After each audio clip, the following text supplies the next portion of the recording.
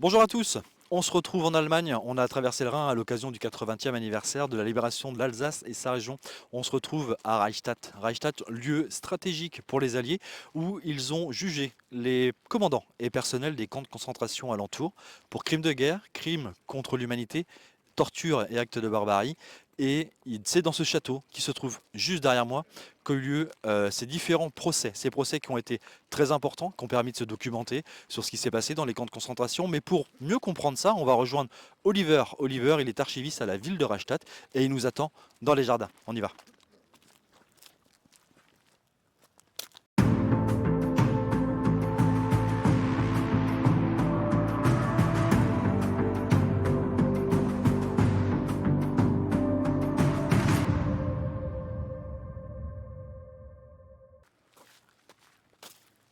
Oliver, bonjour. Bonjour.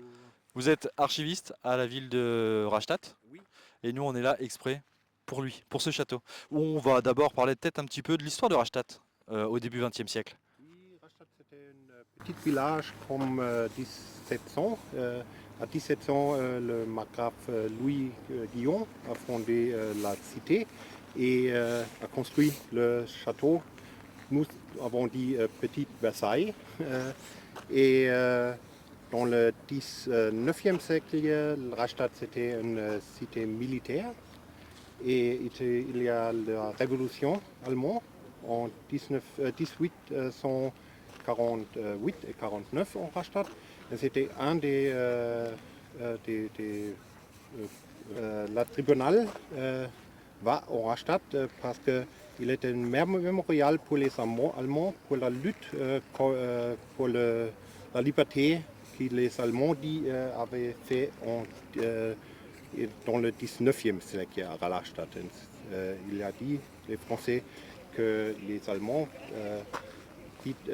avaient une lutte pour la liberté à la tribunal et une lutte pour la liberté aussi. Comment se passe la vie à Rastatt sous le Troisième Reich? La vie des habitants, des Allemands à Rastatt. Rastatt, c'était le siège de la cercle de la Parti national-socialiste en la région ici. Et en 1933, oui, le maire c'était une maire de la NSDAP. Et la vie dans Rastatt c'était comme dans chaque autre autre cité allemande, mais en 1936, la Wehrmacht, c'était, et dans le Deuxième Guerre mondiale, en 1940, les Français c'était une artillerie shootée à Rastatt, et dans 1945, Rastatt était liberté dans le Mar.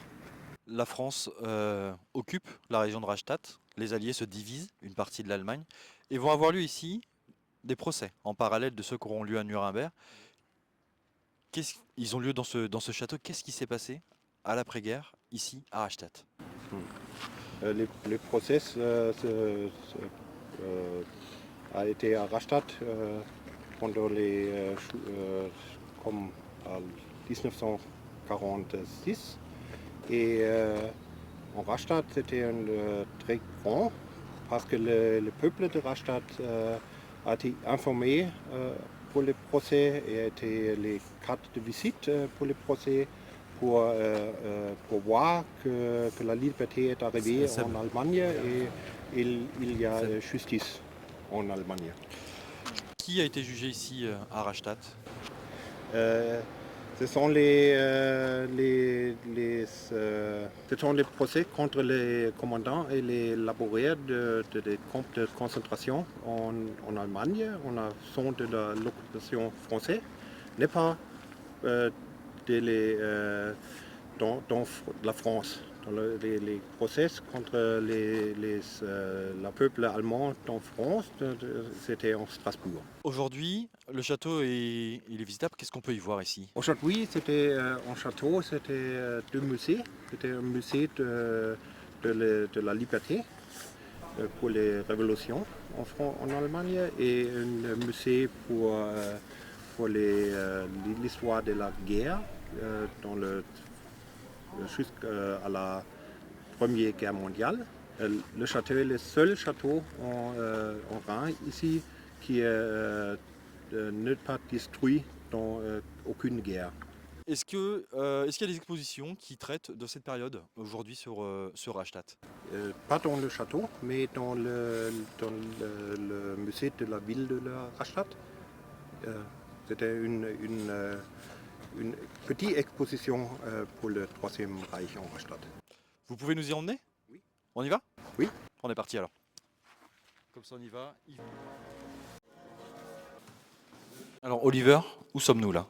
Nous sommes dans le musée de la ville de Rastatt et il y a juste un petit département pour l'histoire de la Troisième Reich à Rastatt. Alors le musée parle de la Révolution allemande.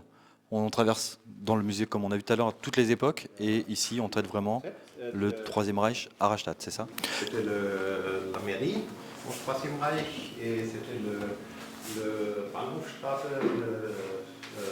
détruit à la fin de la guerre. Rastatt, comment se passe la libération de Rastatt?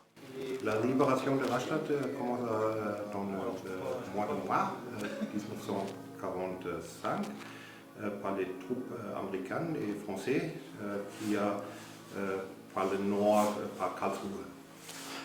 L'arrivée des Alliés se fait assez facilement. Il y a beaucoup de combats où la ville est déclarée ouverte.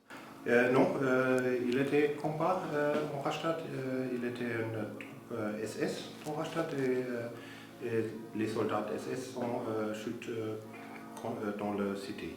C'est un point stratégique important, Rastatt, pour les combats en 1945, pour l'armée allemande?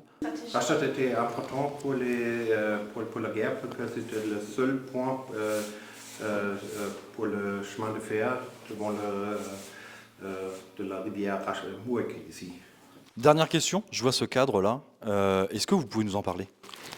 C'était le bastion 12, c'était un prison en Rastatt. C'était utilisé par les Allemands pour les prisonniers et utilisé par les Français pour les prisonniers du procès de Rastatt. Et la guillotine était ici. Pour les exécutions qui ont eu lieu après le procès. Oliver, merci beaucoup de nous avoir consacré du temps, de nous avoir parlé un peu de Rastatt. Notre reportage pour nous il se termine ici. On va retraverser le Rhin pour aller continuer de vivre et de vous faire vivre les festivités du 80e anniversaire de la libération de Strasbourg et de ses alentours. Merci de nous avoir suivis et à bientôt sur d'ID Live.